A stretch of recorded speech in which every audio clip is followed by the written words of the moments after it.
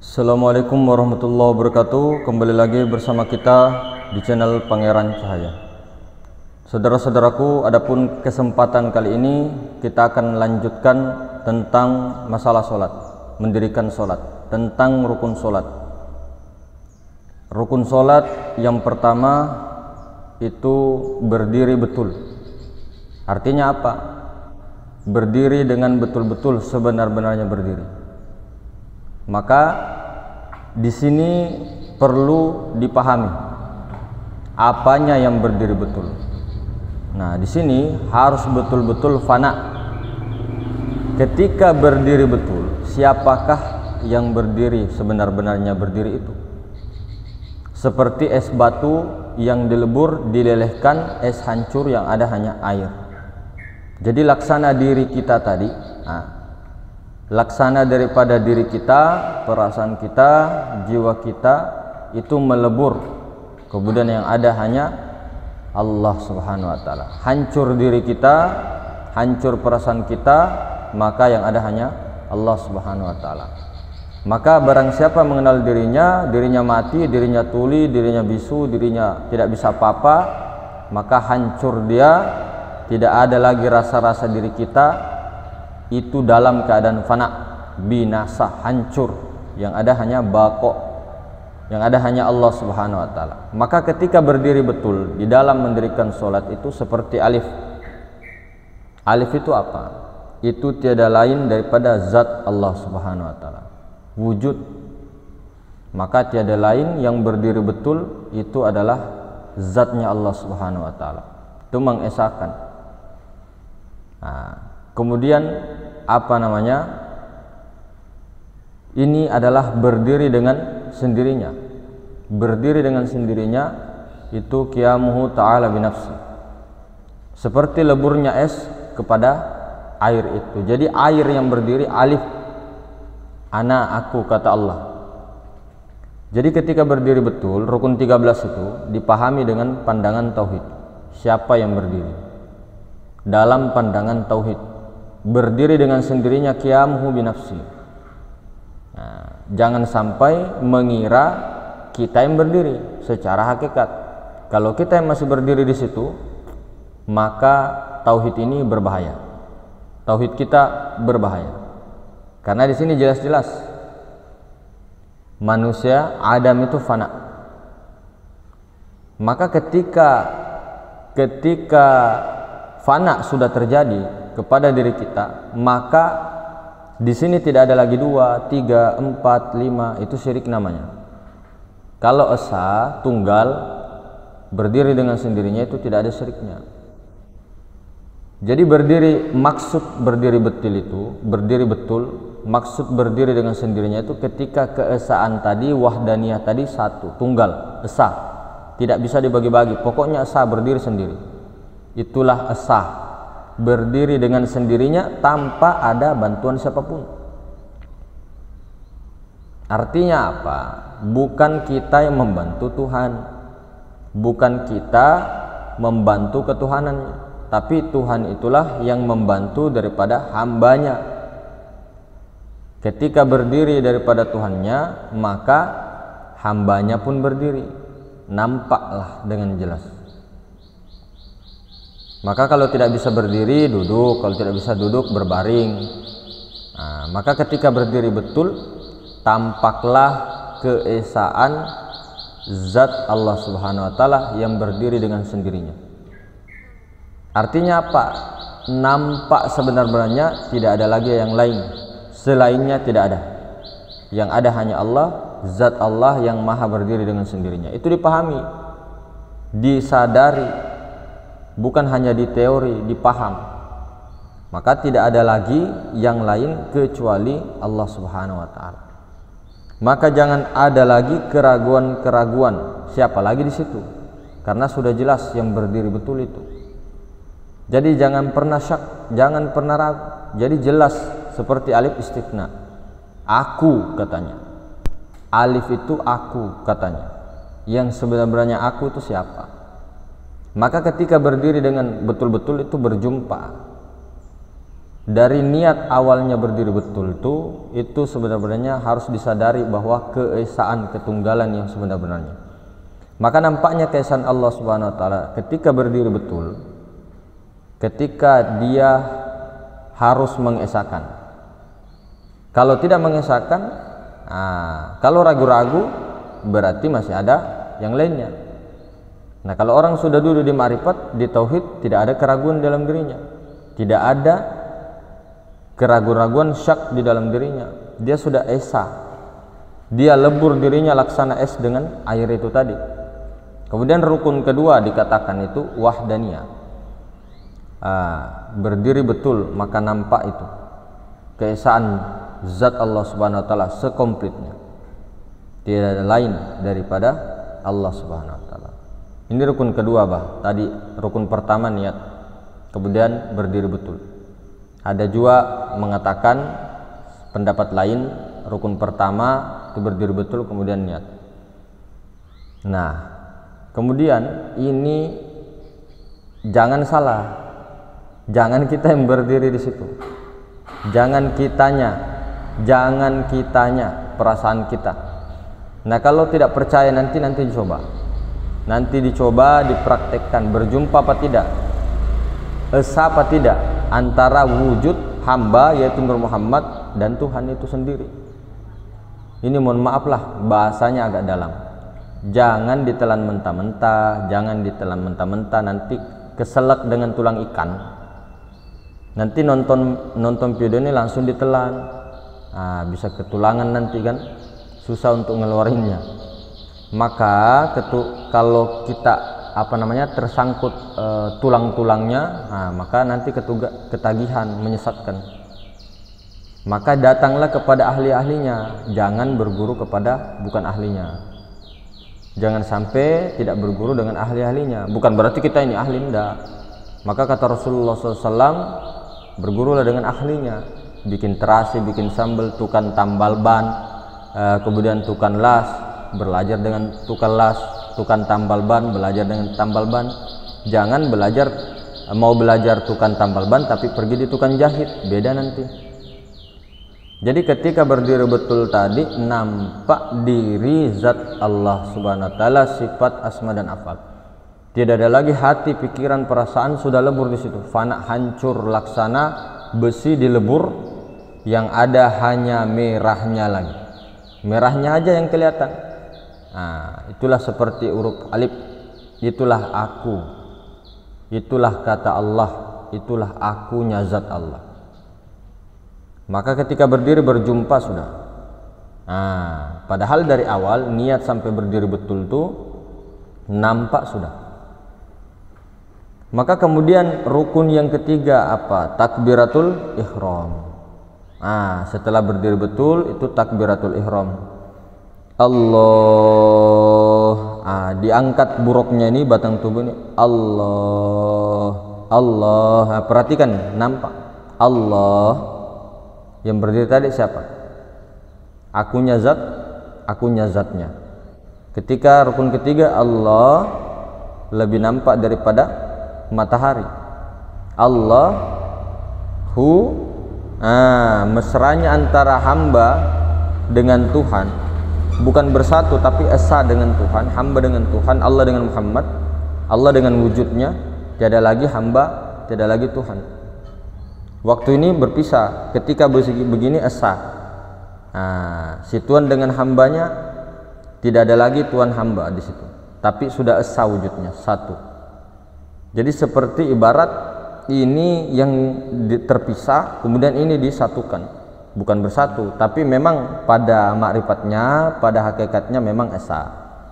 Jadi tidak ada penyatuan, cuma di sini ini esakan, ditauhidkan. Tauhidkan Allah Akbar.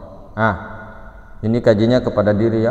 Mohon maaf kalau kurang paham, kalau kurang mengerti, karena langsung video ini tolong nonton dulu yang bawa-bawanya. Tolong nonton yang dibawa-bawanya, mengenal sifat-sifat Allah, tauhiduz zat, tauhidus sifat, tauhidul asma, tauhidul af'al, kemudian Nur Muhammad, Nur Zat, martabat 7 dan lainnya. Ditonton. Mulai dari bawah paling bagus. Ulangi, Allah. Yang berdiri itu siapa? Memulai takbir tadi, takbiratul ihram. Maka hambanya pun bergerak hambanya. Tadi yang bergerak hambakah atau imamnya? Tentunya imam yang bergerak dahulu, baru si makmum bergerak itu tadi. Nah, maka yang ngangkat takbir itu sebenarnya nyawa kah atau kita kah? Nyawa yang sholat tadi, nyawa yang mengangkat. Nyawa ini siapa? Ahmad Nur Muhammad. Siapa ini nyawa? Wujudnya Allah. Sifatnya Allah. Wujud Allah bukan Allah, tapi lain namun tiada lain. Asalnya di situ, sifatnya. Ya Allah. Nyawa tadi, Muhammad tadi mengangkat tangan Allah.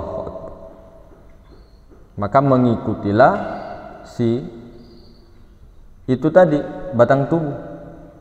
Nah, ketika wujud Allah atau rupa Allah atau wajah Allah mengangkat, nah si Ahmad itu, Nur Ahmad mengangkat tangan, maka ketika begini itu sudah sah, memeluk dengan erat-erat, sah.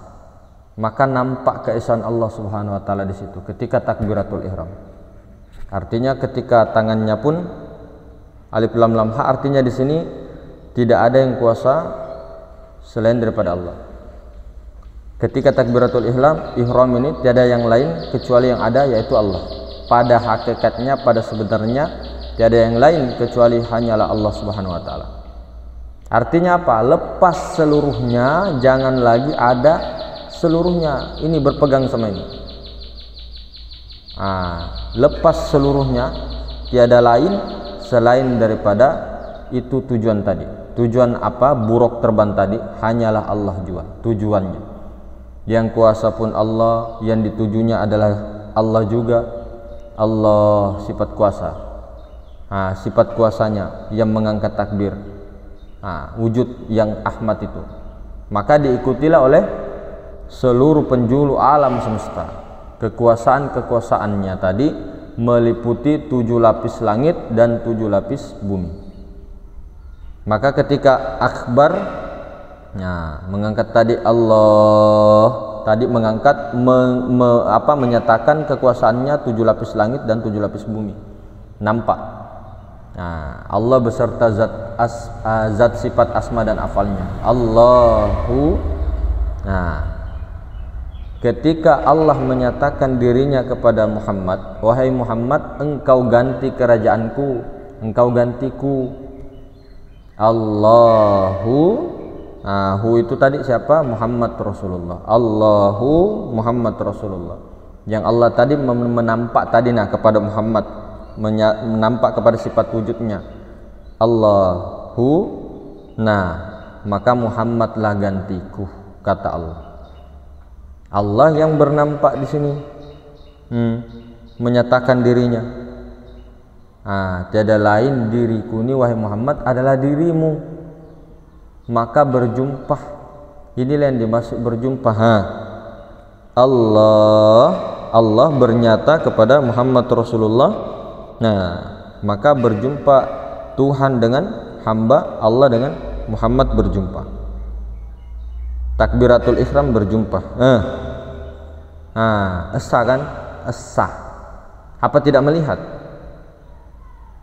Jadi Allah bernyata kepada Muhammad Rasulullah, yaitu nyawa. Nyawa ini bercermin kepada batang tubuh, karena nyawa ini tidak bisa dilihat kalau tidak ada batang tubuh. Jadi Allah bernyata, bernampak kepada nyawa, sifatnya. Nyawa ini belum bisa kelihatan kalau tidak ada batang tubuh. Maka lihatlah, bukan kita fokus di batang tubuhnya, tapi fokus di Muhammad itu, di nyawa yang Ahmad itu. Kemudian untuk melihat Ahmad itu pakai cermin, batang tubuh cermin. Seperti itu.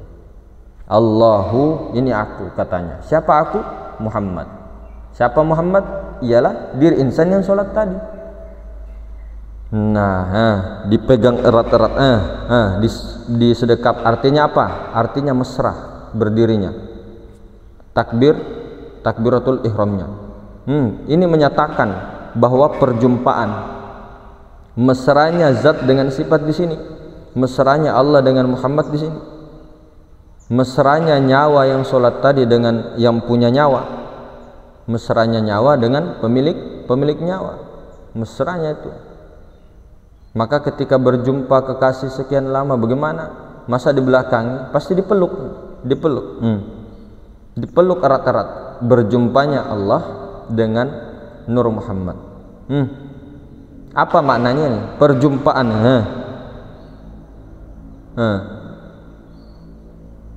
Masih perjumpaan antara Allah dengan dirinya sendiri, wujudnya, yaitu Nur Muhammad.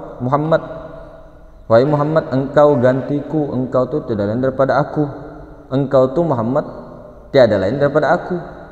Aslinya, hakikatnya ya aku sendiri. Allah bernyata kepadahu, Muhammad Rasulullah itulah aku. Allahu, aku. Akbar. Maka salah Allah dengan Muhammad, tiada lain. Jadi berjumpa, inilah yang dikatakan solat. Orang yang saling mencintai berjumpa berpelukan. Ini tamsil, jangan dipahami berpelukan kayak teletabis, yang dicintai dengan yang dicintai, antara kekasih dengan yang dikasihi. Ini antara Tuhan dengan hamba, antara Allah dengan wujudnya sendiri. Perjumpaan di mana kita, jangan lagi kau kenang kita sudah hilang dari tadi. La bede, la baga, la dongo, la dompala. Bercanda. Dianya ke sini loh. Allahu, hu ke sini. Bukan ke sana, bukan ke kanan, bukan ke kiri, bukan ke atas. Jangan ke sana. Makanya disuruh kenal diri untuk mengenal Tuhan. Allahu. Apa yang kau lihat? Berjumpa aku dengan Muhammad nih. Aku yang memperjumpakan. Bukan di sana di atas, di sana di depan, di kanan kiri. Mau lihat kemana? Ke sana. Al insanu sirru, ana sirru, insan itu rahasiaku dan aku rahasianya. Siapa yang bilang itu? Allah. Mau kau tentangi? Perangi Allah. Siapa yang berani perangi Allah? Tidak ada. Berbunyi. Apa bunyinya hamba ketika Allahu Akbar? Yang pertama-tama mengucap Allahu Akbar itu Allah Ta'ala sendiri. Hamba tidak ada kuasa sebenarnya. Sebenarnya Muhammad tak kuasa kalau tidak digerakkan oleh Zat Allah Subhanahu Wa Ta'ala. Adakah hamba bersaudara? Allahu Akbar. Kedengaran enggak?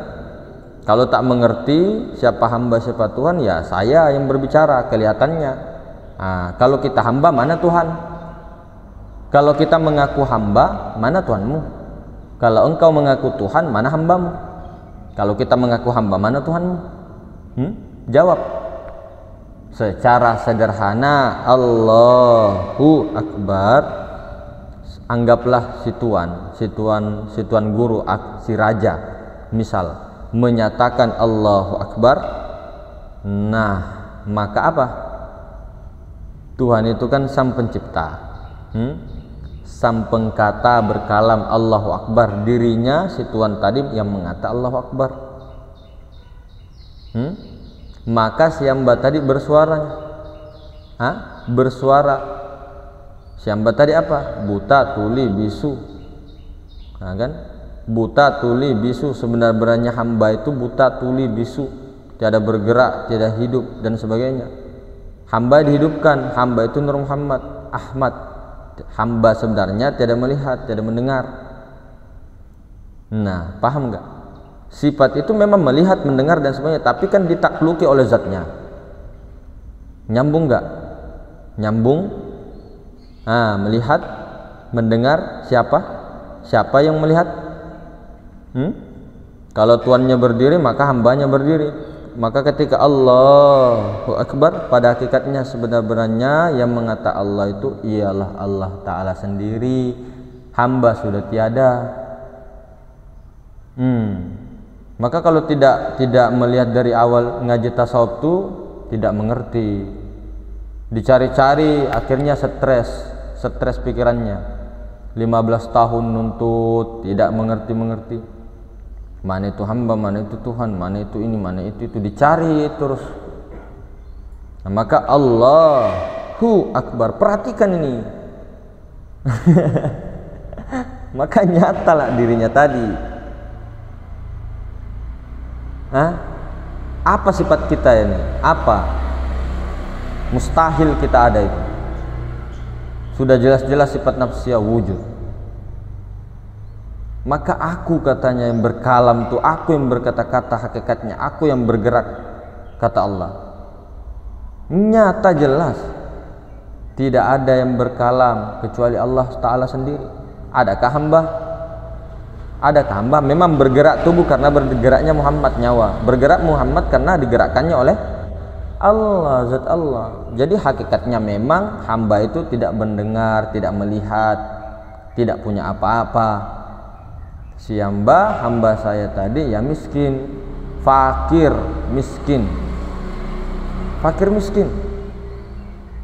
Tiada hidup ya tiada mati si hamba tadi. Hidup tidak, mati pun tiada. Artinya apa? Si hamba tadi senyata-nyatanya kenyataan Tuhan. Si hamba itu bukan kita loh ya. Hamba di sini masuk Ahmad Rasulullah. Bukan kita dari asalnya memang tidak pernah ada. Perasaan saja ada, tapi diadakan, wujud bayangan, perasaan, rasa-rasa aja kita ada, perasaan aja. Karena yang ada tuh Allah dengan dirinya sendiri, Allah dengan wujudnya, Allah dengan wajahnya, Allah dengan sifatnya, asmanya, wazatnya, yaitu Allah dengan Rasulullah. Rasulullah pun wujudnya Allah Ta'ala. Rasulullah yang Ahmad, yang Ruh itu loh. Jangan salah paham. Siapa yang angkat tangan? Kalau kita mengaku hamba, mana Tuhan? Tuhan dindingkah, Tuhan lantaikah? Maka wa nahnu aqrabu ilaihi min hablil warid. Allah itu lebih dekat daripada urat nadi leher. Bukan berarti di dalam. Allah itu sangat dekat. Bukan berarti di dalam, bukan berarti di luar, tapi al-muhit, maha meliputi segala sesuatu. Tidak di kiri, tidak di kanan, tidak di atas, tidak di bawah. Meliputi segala sesuatu, tidak bertempat. Adanya Allah tidak bertempat, tidak membutuhkan tempat. Jadi yang kuasa tadi tiada lain daripada, kalau kita urut, si nyawa yang sholat. Nyawa itu siapa tadi? Sifat Allah, wujud Allah. Jelaskah tidak? Supaya terang, jadi di rumah dipraktek. Maka ditanya alastu bi rabbi, apa araftu rabbi bi rabbi. Maka yang mengenal Tuhan itu ya hanya Tuhan sendiri, bukan kita. Kalau kita mau mengenal Tuhan, kebanyakan orang marifat banyak yang sombong, banyak yang ego, banyak yang suka berdebat karena dia mengaku dirinya Allah atau dia mengaku dirinya Rasulullah, Nur Muhammad. Ini yang salah. Kita tidak mengaku diri kita Nur Muhammad, kita tidak mengaku diri kita apalagi Allah. Kita mengakui diri kita tiada lah, baga we, tiada we. Bukan diri kita Nur Muhammad, bukan kita. Boleh kita ngomong kita hamba, kita Nur Muhammad, tapi kitanya ini bukan kitanya kita, tapi kitanya Nur Muhammad itu. Nur Muhammad tiada lain daripada sifatnya, sifat tiada lain daripada zatnya. Ada lagi yang punya zat. Jangan mengaku-ngaku, bukan mengaku Tuhan. Itu yang mengaku-ngaku Tuhan itu Fir'aun. Yang tidak mengakui hak Tuhan itu juga Dajjal. Yang mengaku sebagai Tuhan Fir'aun, tidak mengakui haknya, maka itu adalah kekufuran yang sangat besar. Bagaimana? Jadi perlu dipahami. Alif artinya apa? Zat Allah, artinya diri Allah. Sebenar-benar diri adalah Allah. Kemudian diri sejati adalah Nur Muhammad, yaitu, tapi bukan diri kita, dipahami dong. Bukan diri kita Nur Muhammad, bukan kita yang hamba. Dia juga hamba, itu kenyataan Tuhan. Hamba tidak, meskipun tarki, meskipun naik tidak mungkin menjadi Tuhan, dan Tuhan meskipun tanazul tidak mungkin menjadi hamba. Nah, tidak mungkin. Tapi hamba adalah kenyataannya, bukan kita. Bukan ini yang wujud-wujud ini, cermin alam semesta ini cermin aja, wujud khoyal. Nah, jangan pernah mengaku Nur Muhammad, mengakui kelakuan Nur Muhammad, karena kenyataan Allah diperintahkan kepada Nur Muhammad. Allah dengan wujudnya Muhammad menyatakan dirinya kepada Nur Muhammad. Nah, jadi baknya tadi merupakan af'al, perbuatan-perbuatan Allah. Roknya tadi adalah diri yang ada itu. Karena diri tadi itu, roknya itu leburnya diri si insan, si nas manusia itu tadi kepada Nur Muhammad. Kemudian Nur Muhammad tidak lain daripada zat Allah. Maka tidak ada lagi diri an-nas manusia, tidak lagi es di situ, yang ada hanya air yang berdiri pada hurufnya itu, pada huruf roknya tadi, akbarnya tadi. Jadi leburkan semua. Kenapa? Masih tidak mau percaya bahwa yang berdiri itu air, bukan es batu. Ya kalau kita buta ya kita melihat hanya es batu saja. Tapi kalau kita kasyaf maknawiyah, tembus sampai musyahadah, sampai ke fana, paham di situ, yang berdiri itu air, bukan es batu. Ada es batu bentuknya begini loh. Nah, itu tuh kalau orang pintar, orang mengetahui asal kejadian diri, itu tuh tahu yang berdiri itu air, bukan es batu. Es batu kan hanya wujud khoyal. Es batu dengan air itu lain, tapi tiada lain, karena apa? Es batu tuh kenyataan air, paham nggak sih? Iya sih, oke sih. Maka ketika hendak mencari Allah dengan berlari, maka Allah pun lebih kuat berlarinya. Itu ibarat tamsil, karena Allah tidak jauh, lebih hampir daripada mata hitam dengan putih. Allah lebih hampir daripada urat nadi lehermu. Ini kata tamsilan, dekat tak tersentuh, jauh tak berjarak. Itu bahasa tamsilan. Artinya kembali lagi, la maujudu bihaqqi illallah. Nah, sebenarnya siapa tadi yang kuasa tadi? Siapa tadi itu hamba?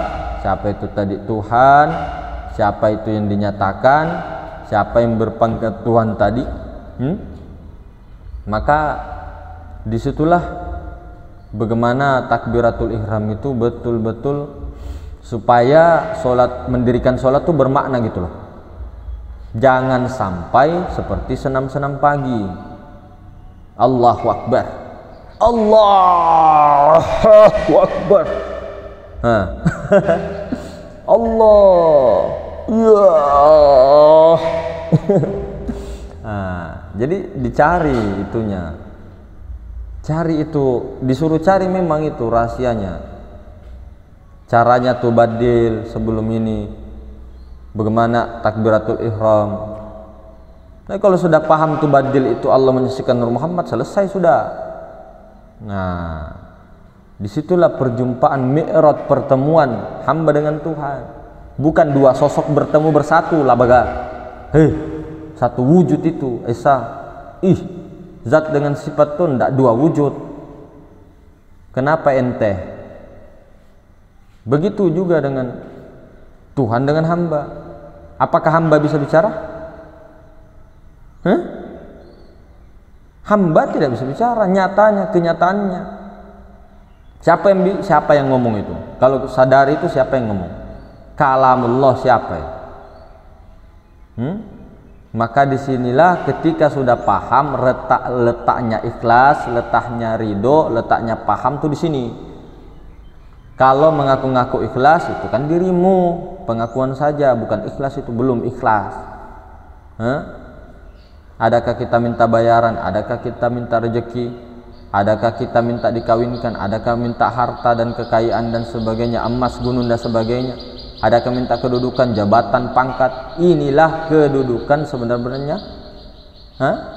si setan. Iblis tuh, setan itu hamba Allah juga. Kenapa? Kenapa saya bilang iblis itu kenyataan siapa? Kenyataan sifat Allah. Ini dalam pandangan marifat loh ya. Siapa yang tugaskan itu? Iblis. Siapa yang tugaskan Nur Muhammad? Siapa yang tugaskan malaikat? Siapa itu sebenarnya malaikat? Siapa sebenarnya iblis itu? Azazil. Siapa sebenarnya Nur Muhammad tuh? Pahami dulu konteksnya, larinya gitu loh. Jangan langsung tiba-tiba kamu kenal iblis, Azazil, kamu kenal malaikat, kamu kenal Nur Muhammad pada saat ceritanya Nabi Adam di surga, di jannah. Itu ada sebelumnya tuh percakapan-percakapan itu. Zat kepada sifat-sifatnya masing-masing. Ada zat zat menyatakan dirinya kepada sifatnya yang Azazil, yang sifatnya kepada Jibril. Itu kan malaikat itu, iblis, Nur Muhammad tuh semua itu adalah sifat-sifat Allah, tajalli daripada Nur Muhammad. Jadi zat menyatakan Ahmad, Nur Muhammad itu batin itu, kemudian jadilah iblis dan sifat-sifatnya yang lain. Itu juga tiada lain, cuma jangan dikatakan, karena memang tugasnya iblis itu rahasia di situ, tugasnya malaikat juga di situ, tugasnya yang terpuji juga Muhammad Rasulullah itu di situ. Maka sebelum dilemparkan ke dunia semuanya, sebelum ditajallikan ke dunia, ke alam penyaksian ini, itu sudah ada skenario. Jadi jangan pernah kita, kalau tidak tahu rahasianya Allah, setetes saja rahasianya Allah kita ketahui semuanya, tidak main-main Pak. Apalagi kalau 2 tetes, itu sudah mungkin sudah gemetar, bukan gemetar lagi, tapi gempar kita punya ini, bahkan tidak percaya sama sekali. Itu setetes, belum setetes itu ilmu Allah itu meliputi seluruh ilmu-ilmu manusia yang kita tahu. Itu baru setetes, qalil. Semua ilmu-ilmu dikumpulkan di dunia ini, itu baru ilmu Allah setetes. Bagaimana dengan rahasia-rahasianya? Sementara ilmu Allah itu tak terbatas. Nah, sementara ini kalau dikumpulkan seluruh manusia cuma setetes. Illa qalil, kecuali sedikit sekali. Qalil itu sedikit. Ya, ibaratnya begini, setetes ilmu Allah. Nah, di kita berapa koma triliunan tetes, kurang tetes, apakah bahasanya itu? Yang penting begitulah. Jadi kalau tidak paham, kalau tidak pernah merasakan, mending kita diam. Rasakan dulu pahamnya tuh orang. Apakah benar? Apakah kita hanya menghakimi saja? Apakah kita yang punya surga kah? Kaukah yang punya surga? Bapakmu kah? Kaukah yang punya neraka? Bapakmu kah yang punya? Pahami dulu itu. Jadi kalau mau menembak seseorang, pandang itu siapa? Pandang siapa? Pandangmu siapa? Seseorang kah? Oh, selesai. Masa masih ada seseorang? Bukannya kita sudah, maksudnya dipahamkan Allah, dipelajarkan teori, misal praktek, bahwa la maujudu bihaqqi illallah, martabat 7 sudah dipelajarinya, kitab hikam, kitab inilah bolak-balik, kitab semuanya, kitab-kitab tasawuf sudah dipelajari kita, tapi masih saja belum masuk. Teorinya iya, kepahamannya iya, tapi prakteknya, praktek juga dong. Nah, berarti kita tidak boleh marah ya? Boleh, marah boleh, kan prem-prem saja, marah-marah kan. Kalau misal istri kita diganggu apa, kita diam-diam saja, ya jangan diam-diam, itu bencong namanya. Tapi dalam pandangan sihir tidak boleh dendam, tidak boleh marah. Tahu itu siapa itu yang hakikatnya marahi istri kita, tapi tidak boleh diam. Nah, begitu loh, paham? Ngeprank gitu, ngeprank, petik-petik telinganya orang itu bisa ngeprank. Nah, begitu ya.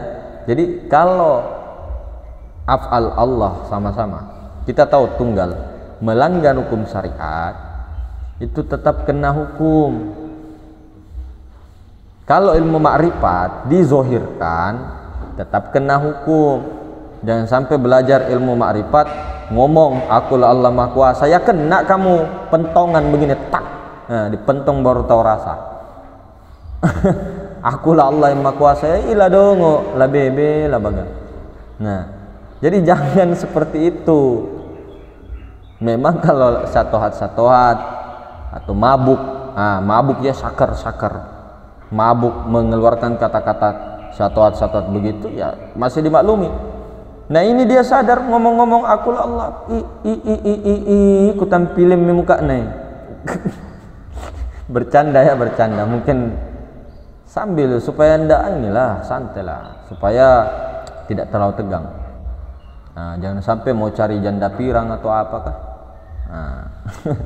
Oke, mungkin begitu saudara-saudara, ikhwan-ikhwan semuanya, mudah-mudahan diberi manfaat oleh Allah Subhanahu wa taala.